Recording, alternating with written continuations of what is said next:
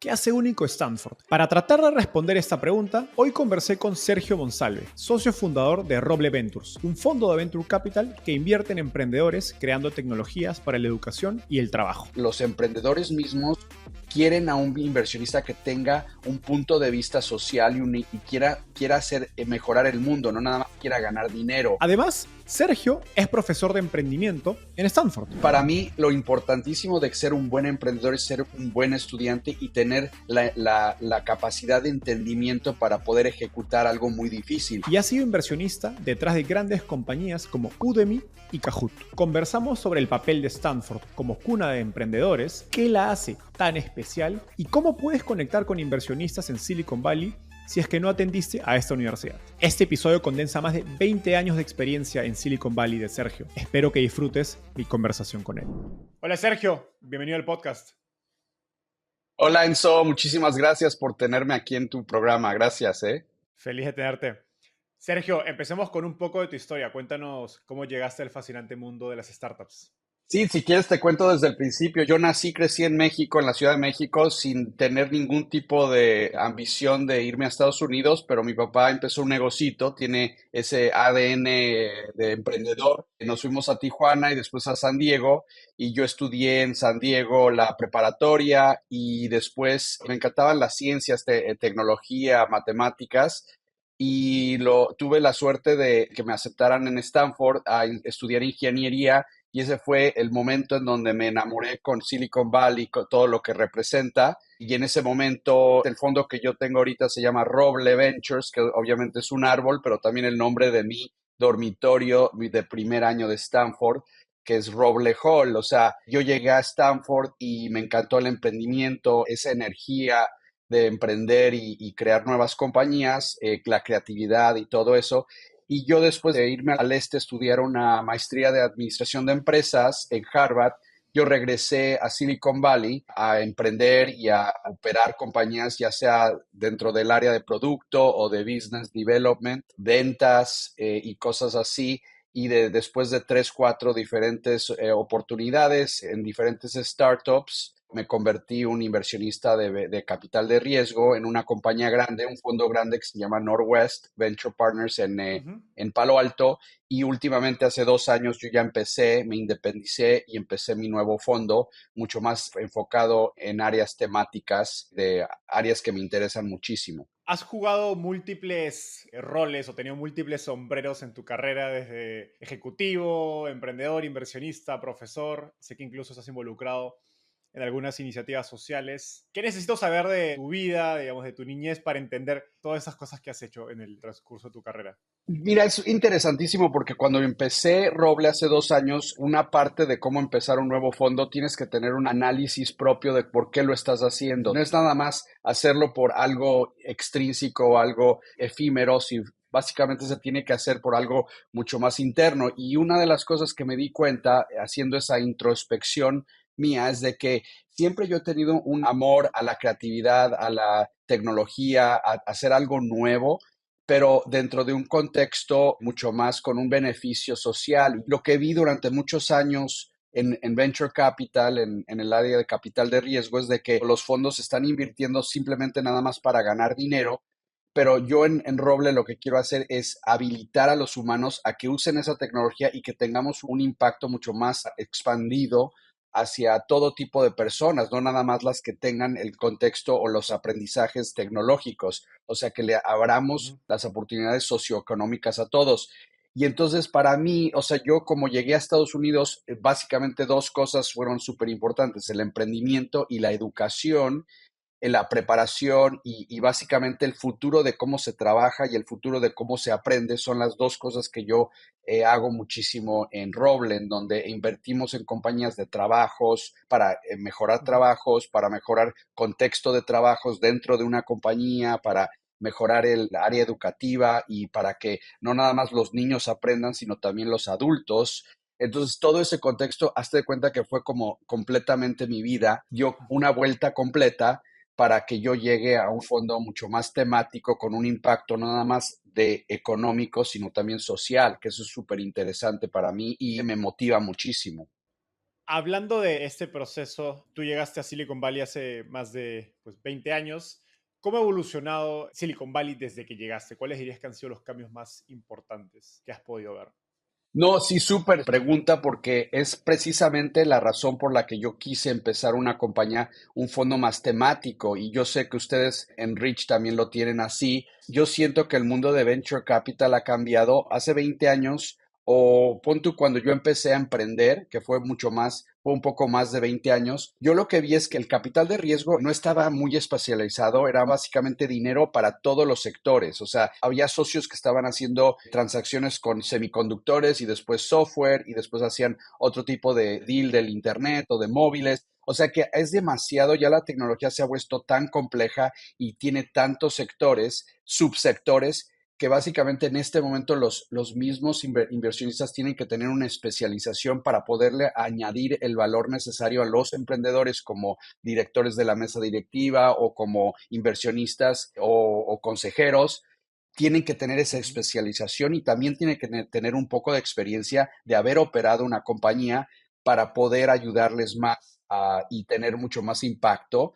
También lo que ha cambiado es que los emprendedores mismos quieren a un inversionista que tenga un punto de vista social y quiera hacer mejorar el mundo, no nada más quiera ganar dinero. Y por eso también Roble tiene un impacto 100% que es más, la marca que nosotros tenemos abajo de Roble Ventures, decimos Invest in Human Enablement, que eso es básicamente capacitar al humano invirtiendo en todo tipo de compañías que habiliten al humano, ¿no?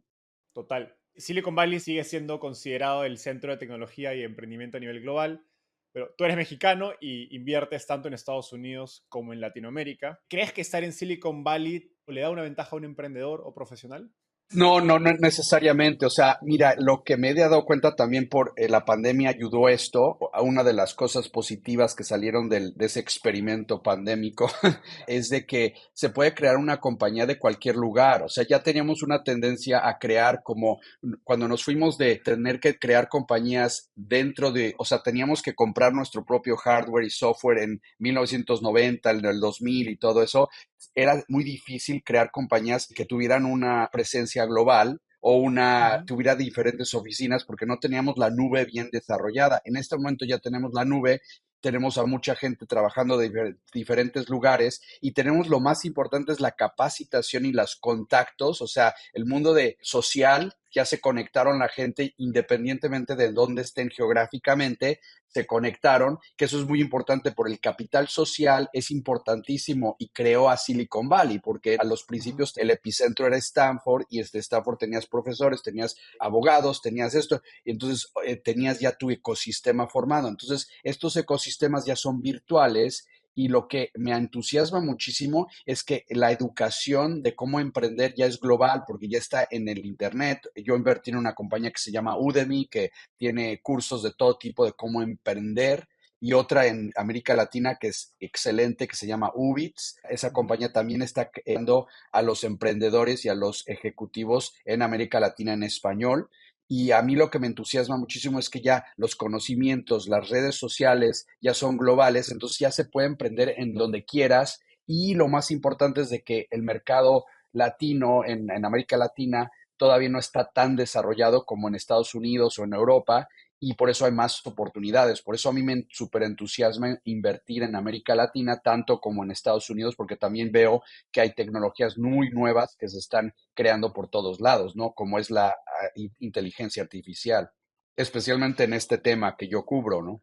Totalmente. Mencionaste Stanford y eres profesor, has sido parte de la comunidad durante varios años. Y creo que Stanford es, más allá de obviamente ser un epicentro de innovación, mucho emprendimiento dentro de Silicon Valley, se ha vuelto una suerte de epicentro de emprendimiento de Latinoamérica, porque compañías como Mercado Libre, Nubank, Cabify y varias de las startups más exitosas de Latinoamérica han salido o tienen conexiones con Stanford. Y es más, hay literalmente un artículo de TechCrunch que habla de esto, habla de cómo las conexiones de Stanford en el renacimiento del ecosistema startup de Latinoamérica. Estando dentro, ¿cuál dirías que es la receta secreta de Stanford o qué hace especial la universidad que la ha vuelto una cuna de emprendimiento? Sí, o sea, súper interesante porque se me prendió el foco en qué palabra es la más importante, es inclusividad y invitación al mundo, ¿no? Entonces, es básicamente lo que tiene Stanford desde hace cientos de años, porque ya lleva 125 o algo así de años, es de que siempre ha tenido un contexto de que quiere invitar a nuevas personas de diferentes lugares para tener esas diferentes ideas que lleguen a un lugar y que todos creen nuevas ideas, porque lo peor que puedes hacer es tener las mismas ideas de las mismas personas y no Ujú. crear nuevas ideas que sean un poco locas, creativas, porque así es como se crean cosas muy nuevas, ¿no? Entonces, lo que tiene Stanford ahorita, en este momento, yo doy una clase de emprendimiento y de venture capital en el área educativa de tecnología, o sea, la capacitación de gente para que trabajen mejor, para que se recapaciten, para que no se vuelvan obsoletos en su trabajo y que se puedan recapacitar porque está cambiando mucho el mundo. Entonces yo vi la oportunidad de dar una clase muy práctica. Tengo 80 estudiantes y muchos de ellos son internacionales y muchos de ellos son de América Latina y bastantes de ellos, incluyendo a los que mencionaste, vinieron de Stanford y algunos de ellos fueron mis alumnos. Y yo lo que veo de allí es de que hay una inclusividad muy fuerte, pero también los estudiantes mismos se conectan muy bien y esa conexión, ese capital social que se crea en 2 años de una maestría o 4 años de una licenciatura, lo que hacen es que ya tienen esa conexión muy fuerte y después cuando se van a sus países o sus lugares ya tienen ese contacto y ese vocabulario que te enseña Silicon Valley para que puedas ejecutar más rápidamente y con mejor precisión. Y eso me ha encantado de esa universidad. Y obviamente hay otras que han hecho eso, pero para mí la geografía de Stanford le ha beneficiado muchísimo porque tiene ese privilegio de estar en un centro muy creativo, ¿no? Una geografía muy creativa. Simplemente el mismo estado de California fue creado con una mentalidad de creatividad y de no estar de acuerdo con el status quo del este de Estados Unidos. Ujú. Entonces ya tiene una perspectiva muy positiva. Y es más, lo estoy viendo en la Ciudad de México y en Sao Paulo, los dos epicentros, ecosistemas que se están creando. Y lo que me encanta de mi ciudad natal, que es la Ciudad de México, es que la Ciudad de México en 3 colonias han invitado a extranjeros de Perú, de Colombia, de Chile, de Argentina, y ahorita si tú vas a Polanco o a Colonia Roma o La Condesa, básicamente estás viviendo en un mini Latam, o sea, parece como que estás un lugar multinacional, tipo un poco Miami, pon tú, pero Ujú. con realmente con un enfoque mucho más fuerte al emprendimiento en esas. Entonces, para mí se están creando estos ecosistemas, pero no es necesario que sean geográficamente puestos ya tanto como hace 20 años cuando se necesitaba eso, por lo que te mencioné, que son las redes sociales, la nube y toda la tecnología que te hace que te conectes. La educación, la capacitación ya es global, no tienes que estar en un solo lugar con un profesor, puedes aprender todo por video y bootcamps y cosas así, ¿no? De hecho, yo fui parte de esa comunidad cuando viví en Ciudad de México por casi 3 años. Permíteme hacer doble clic en lo de Stanford, porque mencionaste esta, digamos, apertura a nuevas ideas, inclusive atraer gente internacional o gente distinta. Pero eso es algo que también lo han hecho otras universidades. O sea, me imagino que los Harvard, los MITs, al menos mi impresión es que hacen cosas similares. Stanford, digamos, yo siento que está en otra categoría cuando se trata de emprender en términos de los recursos, conexiones que le puede dar un emprendedor. ¿Hay algo más, crees, que hace la universidad que le ha permitido posicionarse como un emprendimiento? Incluso hay un estudio que muestra que el porcentaje de unicornios que salen de Stanford es mayor al resto de todas las universidades a nivel mundial. Sí, es interesante. O sea, no sé si te puedo dar la contestación precisa académicamente y estudiada, pero mi perspectiva, mi opinión es de que desde que se fundó Stanford, se fundó con una perspectiva, no sé si sepas la historia de cómo se fundó Stanford, pero fue el gobernador de California que quería dar dinero porque se le había muerto su hijo Leland Stanford Jr. y quería darle dinero a una institución, ¿no? Y se los iba a dar a unas universidades muy fuertes del este de Estados Unidos, una que yo fui también, y realmente no lo respetaron, no le respetaron eso. No sé si sea leyenda o realmente historia. Se supone que la historia va de que usó el dinero con sus bienes raíces que ya tenía en Palo Alto, donó esos bienes raíces, que son bastantes, y creó esta universidad con el contexto de que iba a derrocar al status quo del este, ¿no? De que realmente fue como una donación irreverente hacia a que iba a crear algo nuevo, como lo creó California cuando se vinieron muchos en el 49 por oro, ¿no? Es Ujú. como el Gold Rush de California. Entonces, para mí, esa mentalidad siempre la ha tenido Stanford desde que yo fui allí, ahorita que estoy dando clases allí, la veo que la gente realmente viene porque quieren crear algo nuevo, pero no nada más algo nuevo para enriquecerse, algo nuevo para impactar al mundo. Entonces, uno de los ejercicios que le hago en mi clase es que les enseño las páginas de cada una de las universidades que compiten con Stanford y cómo se posicionan y qué es lo que dicen en todas las páginas de sus sitios, ¿no? Y lo más interesante es de que hay unas instituciones muy poderosas en el este y en otros lugares de Estados Unidos que se pintan como que muy individualistas, como que te van a dar mucho prestigio, poder y todo eso.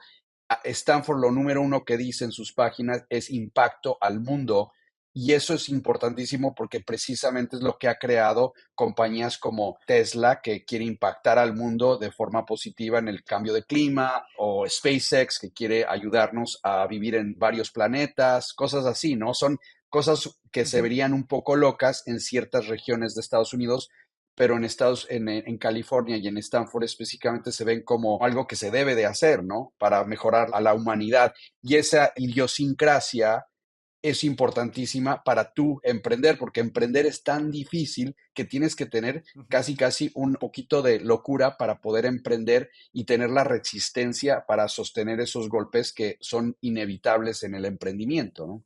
Y tener esa comunidad de soporte inicial que esté tan loca como tú o un poquito loco como tú es tan importante y creo que Stanford. Claro, claro, la inspiración.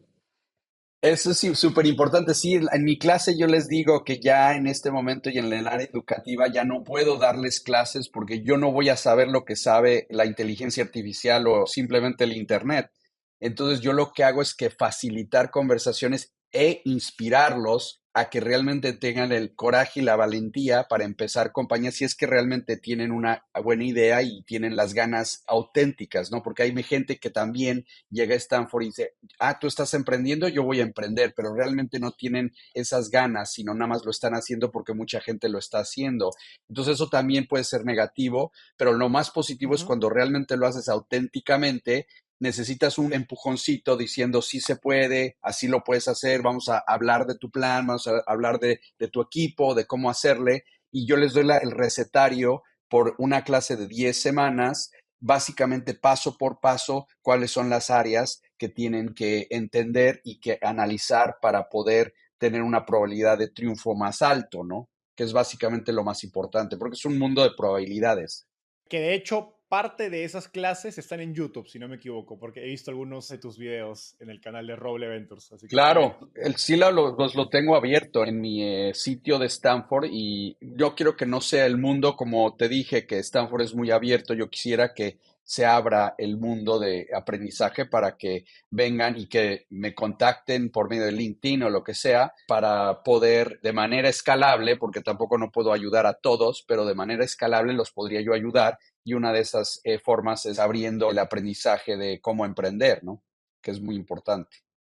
ahora, conversando con emprendedores, sé que muchos sienten, voy a decirlo entre comillas, injusto la facilidad o recursos que puede tener un emprendedor que sale de Stanford y otras universidades a este nivel para levantar capital y tener acceso a Silicon Valley. Sé que a ti te importa mucho la diversidad y de hecho has invertido en emprendedores sin ese background, sin haber tenido oportunidades de ese tipo. Entonces mi pregunta es, ¿qué le dices a esos emprendedores cuando sienten eso al ir a levantar capital, al ir a conversar con inversionistas? La universidad en donde fuiste, o sea, es nada más una de miles señales que buscamos. Y obviamente, o sea, si fuiste buen estudiante, es una aproximación a que si vas a tratar de entender un concepto difícil, ¿no? Imagínatelo, por ejemplo, uno de los grandes emprendedores, Elon Musk, nunca estudió cómo hacer un Tesla y tuvo que estudiar y estudiar y estudiar cómo hacerlo bien o cómo hacer un cohete a Marte, ¿no? Entonces, para mí, lo importantísimo de ser un buen emprendedor es ser un buen estudiante y tener la capacidad de entendimiento para poder ejecutar algo muy difícil. Entonces, obviamente, los inversionistas que para mí son un poco más flojos, se van con la marca porque es una aproximación a que fueron buenos estudiantes y eso van a ser buenos emprendedores, pero para mí es nada más una de miles de señales. Para mí, por ejemplo, hay universidades en diferentes partes de América Latina que están sobrepasando a muchas de las universidades en Estados Unidos de capacidad de emprendimiento, de valentía, de coraje, de resistencia. Y a mí me ha sorprendido de que haya tanta densidad en ciertas universidades, ya sea el TEC de Monterrey o Universidad de los Andes en Colombia, cosas así. Yo tengo muchos emprendedores de estas diferentes universidades, o sea que no tiene que venir todo de una sola universidad. Pero es importante que los emprendedores entiendan que este negocio de emprender va a requerir no nada más ser ejecutar y hacer cosas rápidas y con bien pensadas, sino que también va a requerir de mucho estudio porque son cosas nuevas que nadie las ha inventado. Entonces tienes que tener los recursos necesarios, hablar con diferentes personas, tener el due diligence necesario, que básicamente es la disciplina de estudiar profundamente para poder llegar a algo realmente creativo, no nada más superficial, ¿no? Y en ese camino de conectarse, obtener recursos, sea para due diligence, para entender mejor un problema, para reclutar, ¿qué le recomiendas a un emprendedor que busca conectar con inversionistas o asesores en Silicon Valley y que quizás no tuvo acceso a una red como la de Stanford?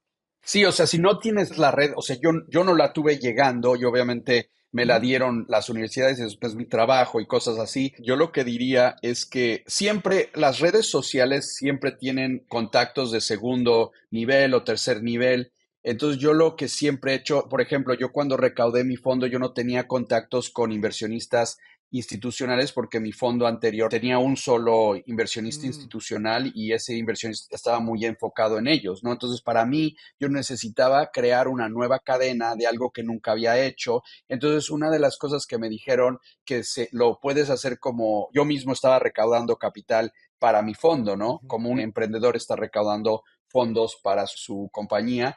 Entonces lo que se hace es que lo que me funcionó muchísimo, que se hace, y lo puedes hacer por medio de todas las redes sociales, es que me conecté con alguien, lo conocí, le dije, ¿conoces a X, Y y Z? ¿Estás conectado con ellos? ¿Me los podías presentar? Me los presentaron y es como una forma de crear una cadena tipo ujú, una ujú. arañita que crea toda una cadenita. Una persona te puede presentar a tres, esas tres te presentan a otras tres y entonces tu cadena empieza a crecer. Y aunque no los conozcas por mucho tiempo, si tú estás bien preparado y esa conversación de 20 minutos o 10 minutos la haces muy impactante y impresionas mucho a esas personas, te van a presentar a dos más o tres más, porque ellos quieren que tú emprendas y ellos quieren que salgas porque a lo mejor ellos quieren colaborar de alguna manera, ya sea inversionistas o ya sea advisors o lo que sea, o sea, consejeros. O sea que realmente la mentalidad de Silicon Valley y en general del mundo del emprendimiento tecnológico es de que todos se quieren ayudar.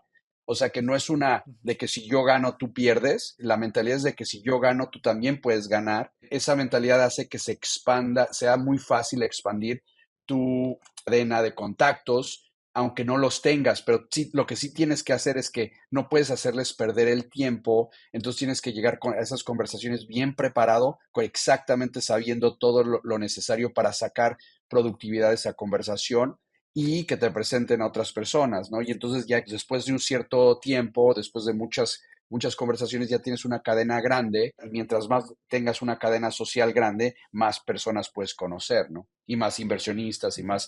más credibilidad porque ya la gente te empieza a conocer. Pero es un proceso largo, o sea, se requiere de tiempo, por eso las universidades son un lugarcito muy íntimo en donde lo tienes que hacer a fuerza, porque tienes un dormitorio, tienes amigos y esos amigos van a trabajar y esos amigos a lo mejor van a ser tus propios inversionistas, que es lo que me pasó conmigo. Yo tengo muchos inversionistas, individuos, no instituciones. Las instituciones no las conocía, pero los individuos eran amigos míos de la universidad, o CEOs de mis compañías, o los mismos inversionistas de mi fondo anterior. Entonces, esos contactos los hice simplemente por haber trabajado con ellos, ¿no? Ujú. Yo me mudé hace ya casi 2 años a San Francisco Y sí creo que el ecosistema de San Francisco y Silicon Valley tiene una cultura diferente, aunque sea startups, tecnología, al ecosistema, por ejemplo, el que yo participé en México y aún más en el de Perú, que es mucho más pequeño. A alguien que le gustaría venir a Silicon Valley a trabajar, emprender o simplemente buscar oportunidades, ¿qué crees que se necesita desde el lado más de mentalidad o de cultura? ¿Crees que hay cosas particulares que Silicon Valley abraza más y que si las tienes, te sería mucho más fácil conectar y hacer relaciones con gente aquí? Lo bueno de Silicon Valley es de que de dónde vienes y quién es tu familia y todo eso como que es secundario a qué ideas tienes, qué creatividad, qué ambiciones tienes. Entonces muchas de las conversaciones hay veces que si vienes directamente de un lugar latino, por ejemplo, en mi caso sería México, en donde te pasas los primeros 20 minutos hablando de tu familia, de qué es lo que vas a hacer del fin de semana, o sea, es como más acogedor y más familiar y más de, como decimos, chorcha. O sea, eso ha cambiado con las nuevas generaciones, pero eso era muy clásico de que en ciertas partes de América Latina no es de buena manera empezar a hablar directamente de negocios en el momento que conoces a alguien, porque es Correcto. como muy brusco y un poco de mal gusto, Transaccional, ¿no? exacto. Ujú. Es transaccional, sí, y por eso hay veces que vienen de América Latina y dicen, "Y en Estados Unidos o Silicon Valley son demasiado bruscos de esa manera", pero si lo ves de diferente manera, de que les entusiasma tanto la creatividad y el emprendimiento, de que quieren hablar de eso. Y realmente, si tú vienes de una familia X o Y, o si tienes dos hijos o un hijo, realmente es importante ya como forma secundaria después de haber hablado de lo interesante que vamos a hacer juntos, ¿no? Entonces, Ujú. hazte de cuenta que sí llegamos a conversar de todas esas cosas, pero para mí lo converso yo creo que en mi segunda junta o tercera o la cuarta, o a lo mejor saliendo a caminar con ellos o jugando golf con ellos cuando ya tengo más tiempo, pero sí la forma de hacer negocios aquí es como más directa y también lo que me gusta de lo que hacemos en Roble Ventures es que yo también soy muy directo con mis emprendedores de América Latina de aquí. En el momento que yo ya sé que no vamos a invertir, yo les mando, les digo exactamente por qué no y les doy también una encuesta de cómo pensaron de nosotros, ¿no? Porque para mí Ujú. Venture Capital es un negocio de servicios hacia el emprendedor. Entonces yo quiero saber de ellos que aunque yo no les pude dar dinero por cualquier razón de mi due diligence, que hayan tenido una buena experiencia con Roble, para que nos digan buenas cosas de nosotros, aunque no les hayamos podido dar dinero. Y el 99% no llegamos a un deal como es típico, ¿no? Porque hay muchísimas cosas que se tienen que cuajar para poder llegar a una decisión de sí, ¿no? De inversión. Ujú. Total, me encanta cómo lo explicaste porque sí es algo que yo personalmente he vivido en la manera en cómo se hacen negocios y tratar de, no, yo no diría más que adaptar, sino entender de dónde viene, ¿no? Y por qué es diferente. Sea amigos emprendedores latinos que vienen y les cuesta verlo, como nuevamente me costó a mí cuando yo recién me mudé a San Francisco y ahora cuando gente viene y quiere buscar conectar sobre todo con inversionistas, con otros ejecutivos, ya casi como opero como si yo fuera un traductor cultural, ¿no? Y les explico cómo funciona eso y por eso te lo preguntaba, porque yo mismo lo viví. Sergio, ahora me gustaría hablar sobre tu experiencia invirtiendo, empezando por los primeros años de tu carrera como inversionista. Te he escuchado contar que fueron bastante difíciles. ¿Puedes contarnos qué pasó y cómo viviste esta etapa? Sí, o sea, el contexto de mi carrera, yo había emprendido y había sido ejecutivo de diferentes compañías, incluyendo a eBay, por ejemplo, en el área de producto o diferentes compañías, ya sean grandes. Yo también emprendí una y me dieron capital de riesgo y no funcionó. Cuando me llamó este fondo, yo había emprendido, había tenido fracasos, había tenido una oferta pública, una venta que fue bastante grande y tenía todo tipo de experiencias, ya sean negativas, entre comillas, porque los fracasos para mí son muy importantes en el área de emprendimiento, porque es una forma de aprender qué es lo que hubieras hecho diferente, qué es lo que hiciste mal. Entonces, para mí es donde se aprende más.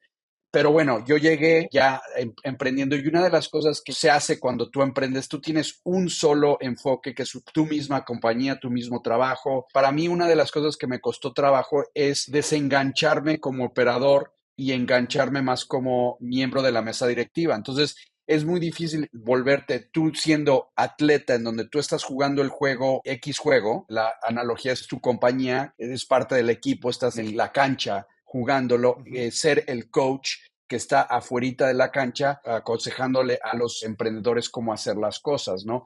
Entonces, para mí ese cambio es difícil porque me encantaba operar, realmente ensuciarme las manos y hacer las cosas. Entonces, ese cambio es difícil Ese es un cambio. Otro de los cambios también es macroeconómico. Cuando empiezas a invertir, tienes que leer las cosas. Yo le digo, te tienes que ir de los árboles hacia el bosque. O sea, tienes que Ujú, elevar ujú. tu vista de cómo está. Entonces tú tienes que reconocer las tendencias que ves. Cuando ves 10 compañías de las mismas, ya te das cuenta que hay mucha gente enfocados en un cierto sector o entiendes ya la competencia, entiendes las diferencias entre una compañía y otra. Entonces tienes que elevar tu altitud a ver algo más global, porque eso le ayuda mucho al emprendedor. El emprendedor está metido en una compañía mucho más enfocado en lo que está haciendo y lo hace muy bien, pero le ayuda muchísimo decir, cuando tú dices, oye, lo que está pasando globalmente, macroeconómicamente o en tu mundo, en tu ecosistema de competencias es esto, esto, yo, lo otro, y es lo que podría pasar en 5 años o en 2 años o en 3 años. Entonces le estás ayudando a hacer sus ojos y sus oídos de manera mucho más longeva hacia 3, 5 años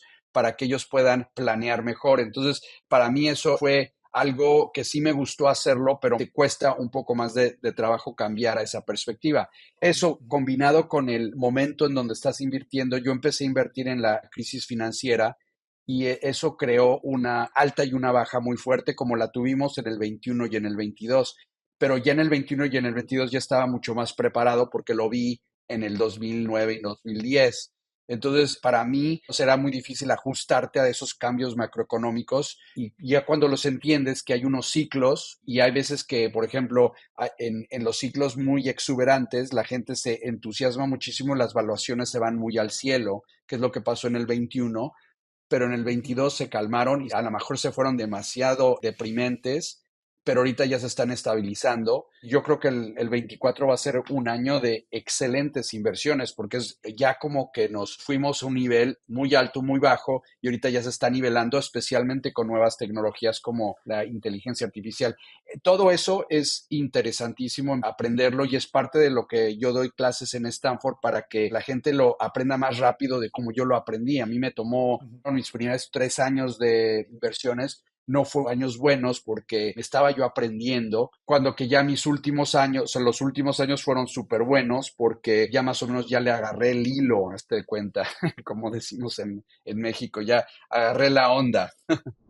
Espero que estés disfrutando esta entrevista tanto como nosotros disfrutamos grabando. Coméntanos qué te pareció y qué otros temas te gustaría que tratemos en los próximos episodios. Aprovecho en contarte que si bien nuestro canal en YouTube es nuevo, tenemos más de 100 entrevistas como esta. Cada semana traemos a un nuevo invitado y no pensamos parar. Freddy Vega de Platzi, Pamela Valdés de Vic, Daniel Undurraga de Corner Shop y muchos otros más referentes de la industria de tecnología y startups en Latinoamérica han pasado por Startupiable. No olvides suscribirte y activar la campanita para ser el primero en enterarte de los próximos episodios. Ahora sí, de vuelta a la entrevista. Qué interesante cómo también los ciclos que te toca vivir como inversionista impactan mucho en tu comportamiento, porque te he escuchado decir en otro contexto que muchos de los inversionistas jóvenes, yo incluido, no hemos vivido una crisis y nos ha tocado hoy. Y cuando pasas tantos años en un bull market, ¿no? En un mercado a la alza, y de pronto pasas 8 o 10 años, porque hemos tenido un mercado a la alza muy alto, y por primera vez ves una crisis, se siente como si fuera el fin del mundo, ¿no? A ti te toca vivirlo muy rápidamente al inicio de tu carrera inversionista. Entonces partiste con expectativas bastante realistas, digamos, respecto de lo que puede ser el mercado, y no con una visión pues un poco alterada por una burbuja, ¿no? Desde el inicio. Claro, sí, claro. Ya hay formas de navegar eso, o sea, tenemos playbooks que son básicamente como las mejores prácticas de cómo tienes que actuar y navegar diferentes contextos macroeconómicos, ¿no? Entonces, eso para mí fue súper interesante porque como que me recordé del 9 y 10 cuando entramos en el 22. Entonces como que todo se repite. Uh-huh, uh-huh. Sé que eres muy metodológico en tu manera de evaluar inversiones y te he escuchado decir que te gusta jugar a predecir el futuro. ¿Cuál es el framework o modelo mental para pensar el futuro que recomiendas cuando uno quiere emprender? O sea, es súper interesante esa pregunta, pero también es muy personal. O sea, es como lo que te estaba mencionando. Si tú crees que eres mejor, hay dos formas de hacerlo. Es de árboles a bosque o bosque a árboles. Quiero decirte que la altitud en donde te gusta navegar es súper interesante. O sea, si tú, por ejemplo, vas a predecir el futuro de algo que tiene que existir, tiene que existir. O sea, lo primero que dices es, imagínate si esto existiera, ¿cómo cambiaría el mundo? Entonces, si te haces esa pregunta, una forma es ver, como inversionista puedes ver 10, 15, 20, 30 compañías, hacer un market map y ver individualmente cada una de esas compañías y entonces cada una te va a dar un detallito de a dónde se va el futuro y cuando ya lo juntas todo, puedes extrapolar a dónde se podría ir el mundo. Esa es la forma de hacerlo con mucha data específica Ujú, y después globalizarlo a predecir algo. La otra forma de hacerlo es más macro, o sea, viendo lo que está pasando en el mundo y después también ver compañías, pero principalmente viendo más globalmente qué es lo que podría pasar por cosas ya sean más macro, que las puedes ver y reportes que puedas ver, o sea, análisis, más research fundamental y cosas así. Yo lo que me gusta hacer es ir de uno al otro, porque siempre es muy interactivo ujú, todo eso. Entonces, ahorita lo estamos haciendo específicamente este verano, estamos creando subtemas dentro de nuestro megatema que es Human Enablement, o sea, la habilitación ujú, humana. Tenemos subtemas. Entonces estamos en el proceso interactivo de ir de arbolitos a bosque, bosque, arbolitos, y ya estamos creando una tesis. Te voy a dar dos ejemplos si quieres. ujú, El ejemplo que más me gusta es en el 2013 o 12, yo empecé a pensar por qué razón los humanos habían creado una institución de aprendizaje en donde los niños aprenden de 5 años a 21 años, pero después ya de 21 años a 100 años ya nadie aprende formalmente, o sea, se van a trabajar ujú. y ya nunca aprenden más formalmente como lo haces en una escuela, en un dormitorio, o sea, las cosas tan fuertes, fundamentales como es algún aprendizaje de algo en una universidad. Entonces yo dije, debería de haber algo así. No ha existido en el pasado porque la economía no se movía de tal manera tan rápida como que requería tú que recapacitaras. Hazte cuenta que tuvieras un baje de información como lo hacen en las computadoras cada mes, cada semana. Tienen todo un download de una nueva versión de software. ¿Por qué no hacemos eso con el cerebro humano? Y eso requiere de que realmente tengas un proceso más formal de aprendizaje de los 21 años a los 100 años, ¿no? Ese pensamiento global, dije, tiene que haber una forma de aprender más formalmente, no nada más de los 5 años a los 21, a los 18, a los 25, dependiendo si haces maestría o si licenciatura, lo que sea. Tienes que aprender de adulto para recapacitarte, porque si no vas a ser obsoleto en un mundo que se está moviendo más rápido. Entonces, eso me llevó a que empecé yo a ver los arbolitos que te dije, que eran Udemy, Coursera, teníamos a muchas otras que nos salieron.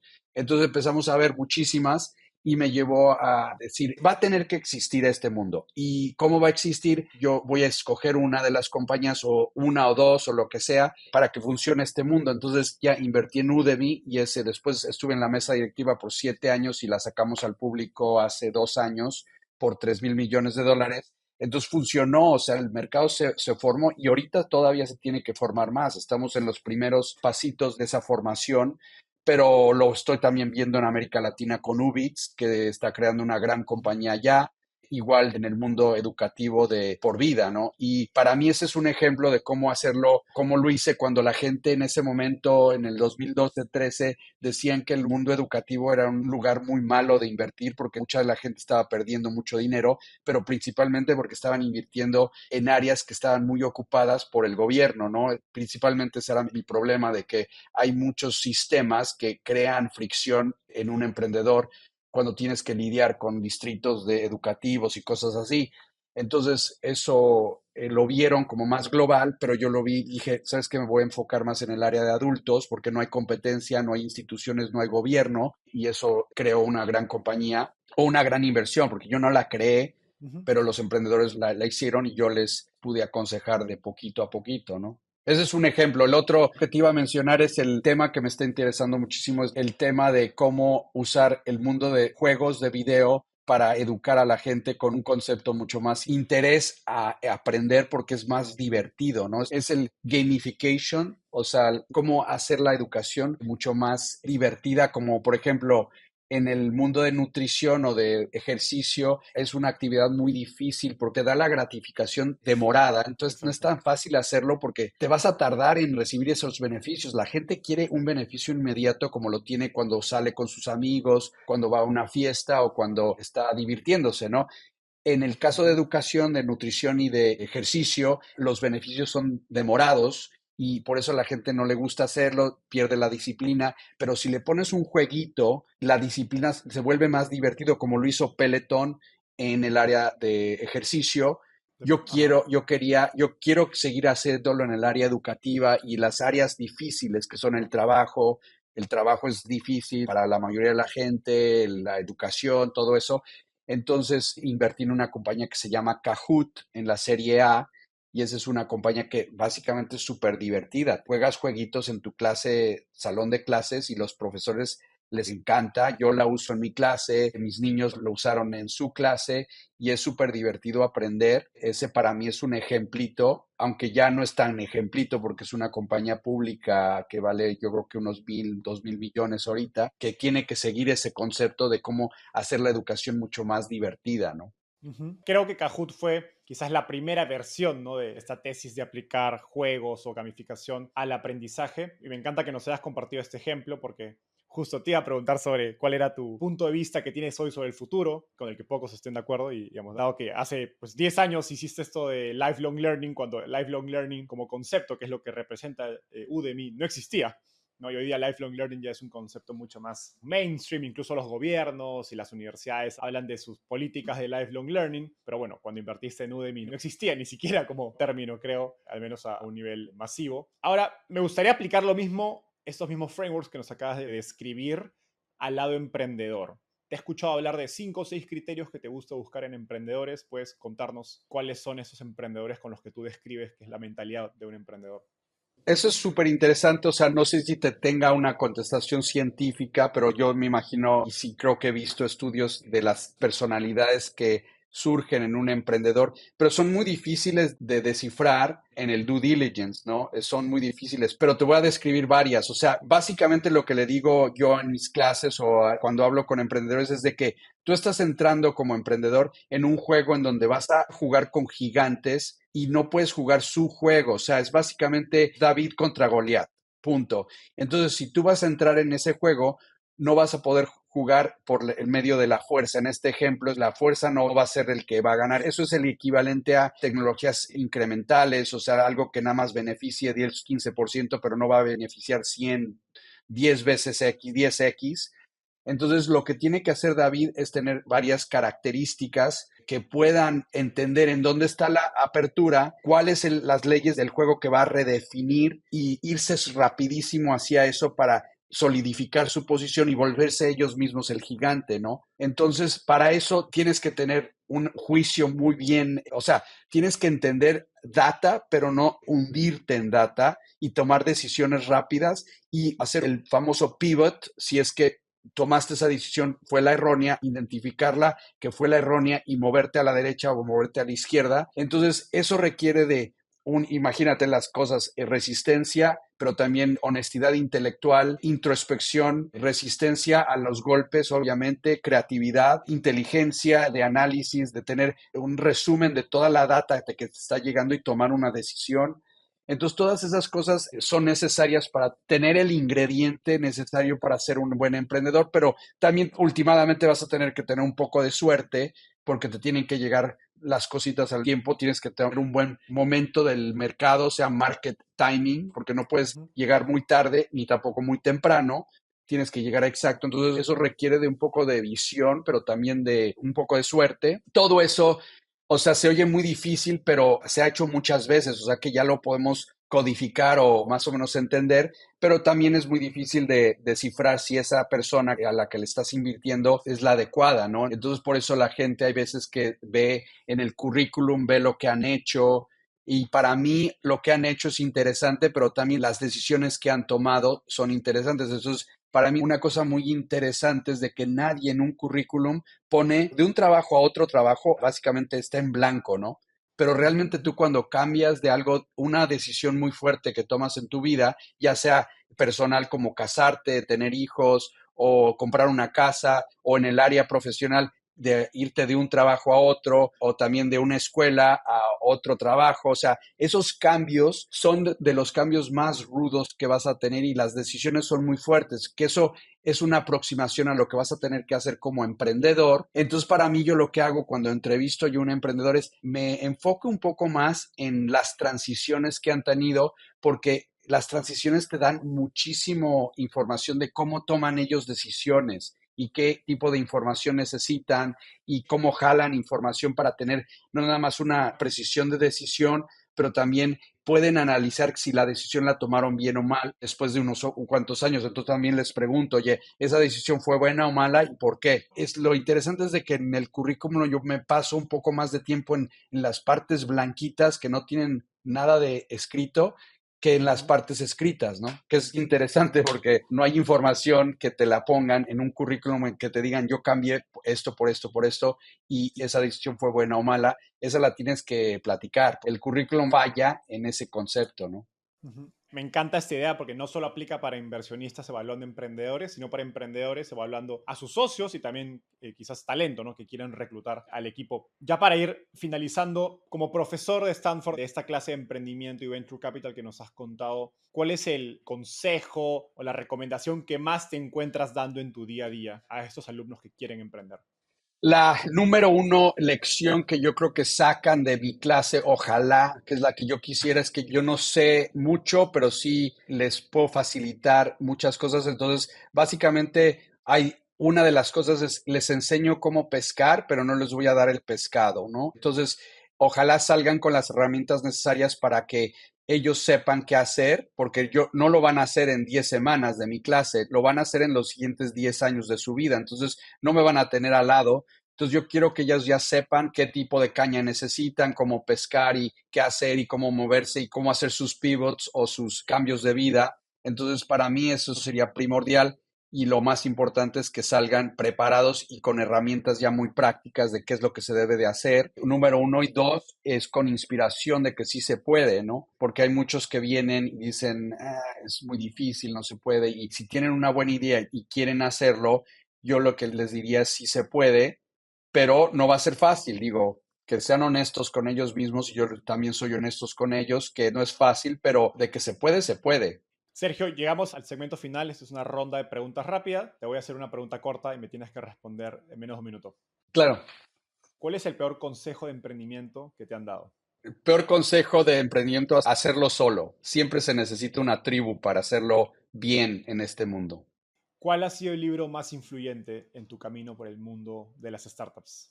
Interesantemente, el libro que me ha gustado mucho por lo que te dije del bosque con los árboles se llaman The Next 100 Years, porque me dio la pauta de que hay que ser muy temático y ver al futuro, y eso es lo que los inversionistas tienen que hacer más, es tratar de imaginarse el futuro como puede ser y tratarlo de influenciar por medio de sus inversiones. Me encanta. Finalmente, ¿qué te gustaría cambiar del mundo de las startups? Las mesas directivas. Y eso es parte de lo que yo hago. Para mí, la forma en que se forma una mesa directiva después de la B, la C, la D, llegando al IPO, que yo he estado en compañías que llegaron a la oferta pública, y tienes una mesa directiva que básicamente está llena de personas que hacen el mismo trabajo, que no tienen la diversidad. Entonces, y lo más probable es que vengan del mismo lugar, de las mismas escuelas, del mismo género y la misma etnicidad, entonces no hay diversidad de consejos y eso causa lo que le llamamos un group think, que básicamente no hay desacuerdos y no hay debate y eso crea unas mesas directivas muy disfuncionales que básicamente toman malas decisiones rápido, porque todos están de acuerdo con ellos porque vienen del mismo lugar, del mismo punto de vista y eso es muy negativo. O sea, entonces tenemos que formar mesas directivas mucho más diversas y con diferentes no nada más por medio de género y cosas así, sino también no tenemos que llenar las mesas con puros venture capital, puros inversionistas de venture capital, porque hacen el mismo trabajo todos. Entonces hay que formar mesas mucho más diversas. Sergio, ha sido una gran charla. Gracias por el tiempo. Un gustazo hablar contigo. Y gracias también por lo que hiciste en la comunidad de Latinx VC, de la que soy parte, en Los Ángeles hace ya casi. No, claro, fue buenísimo verte allí. Nos vemos en un próximo episodio. Gracias, Enzo, y gracias a todos. Nos vemos. Gracias por acompañarnos hasta el final del episodio. A diferencia de un inversionista, no te cobramos por nuestra sabiduría, pero para poder seguir creciendo necesitamos de tu ayuda. Así que comparte este episodio con tus amigos emprendedores. Y si quieres recibir el resumen con lo mejor de todas nuestras entrevistas, no dejes de suscribirte a nuestra newsletter dándole clic aquí. Nos vemos en el próximo episodio.